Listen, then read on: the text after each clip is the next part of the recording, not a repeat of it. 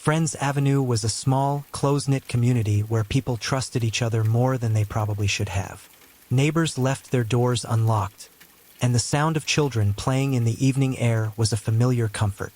Among those children was Maya Davidson, a bright, kind 17-year-old who sang in the church youth choir and was loved by practically everyone. But not everyone loved her. 6 months earlier, Maya and her boyfriend Jaden had filmed a disturbing incident.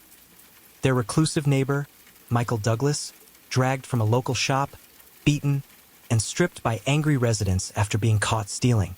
Terrified and not knowing how to react, Maya recorded a short video of the scene and posted it online. Jaden also shared the video on multiple social media platforms, which made the video go viral in a very short time. Michael became a neighborhood joke, whispered about in queues and mocked by school children. He lost his job. His relatives avoided him. His dignity evaporated and his reputation was destroyed. He withdrew from society, and silently he nursed a grudge, a dark, simmering fury directed at the 2 teenagers he blamed for exposing him. A threat was growing right under the community's nose. On a Thursday evening, Maya left choir practice around 6:45 p.m., humming softly as she walked home. She never arrived. By 8 p.m., her parents knew something was wrong. By 9 p.m., the entire neighborhood was searching. By midnight, panic had spread like wildfire through Friends Avenue. The community mobilized, flashlights in hand, calling her name through the bushes and alleys. It was Jaden who found her, lying in a shallow, overgrown ditch near an unfinished building. She was lifeless, dead and gone. Her phone, her wallet, and other personal belongings were missing.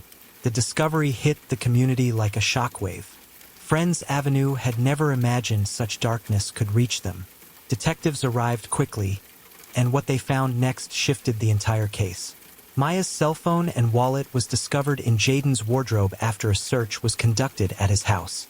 The boy's shock was immediate and raw, but the evidence was very damning. Neighbors who had hugged and condoled with him hours earlier now watched from doorways with suspicion. Could he have killed his girlfriend? Detectives noticed something odd. Though, the phone had been wiped completely clean of fingerprints and perfectly placed. Still, to many, the conclusion was simple. The boyfriend did it. He found the body too quickly. Why was her phone and wallet in his house? Jaden insisted he was innocent, but detectives pressed him hard. Yet one thing bothered them. The phone was too clean. A teenage girl's device should have been covered in prints and smudges. Hers, her friends, her parents. Someone had deliberately erased everything.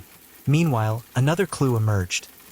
Michael, the withdrawn neighbor, who was caught stealing and humiliated 6 months earlier, somehow knew details of Maya's last movements that had not been shared publicly. When questioned, he gave vague excuses. "I hear things, I observe the street," but investigators took note. Still, with the cell phone found in Jaden's home, the pressure remained on him. A breakthrough finally came when a tech analyst recovered metadata from Maya's cloud backup. The last device her phone had connected to before going offline belonged to Michael. The same device Michael claimed had been stolen from him months earlier. That was a lie. Detectives obtained surveillance CCTV footage from a nearby shop. The footage was grainy, but the silhouette following Maya that night was unmistakable. Tall, stiff movements, a familiar gait. Michael. Confronted with the evidence, Michael broke down. Not in rage, but in exhaustion. Like a man whose guilt had grown too heavy. He confessed. He had intended to confront Maya that day, so he followed her after choir practice that evening, planning to confront her and maybe record her in a moment she wouldn't want anyone else to see.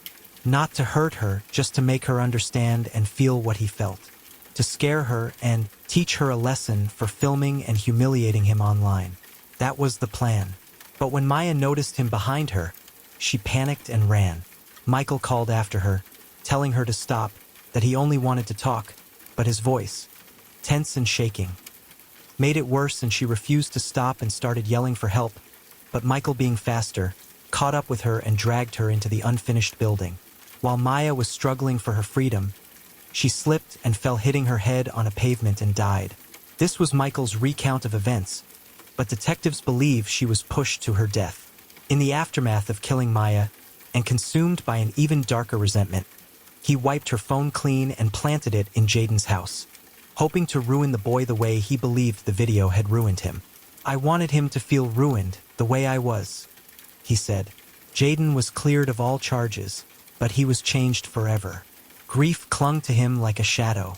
He visited Maya's grave every morning, tormented by guilt for posting the video in the first place. Michael was sentenced to life in prison. Friends Avenue, once a peaceful refuge, never fully healed.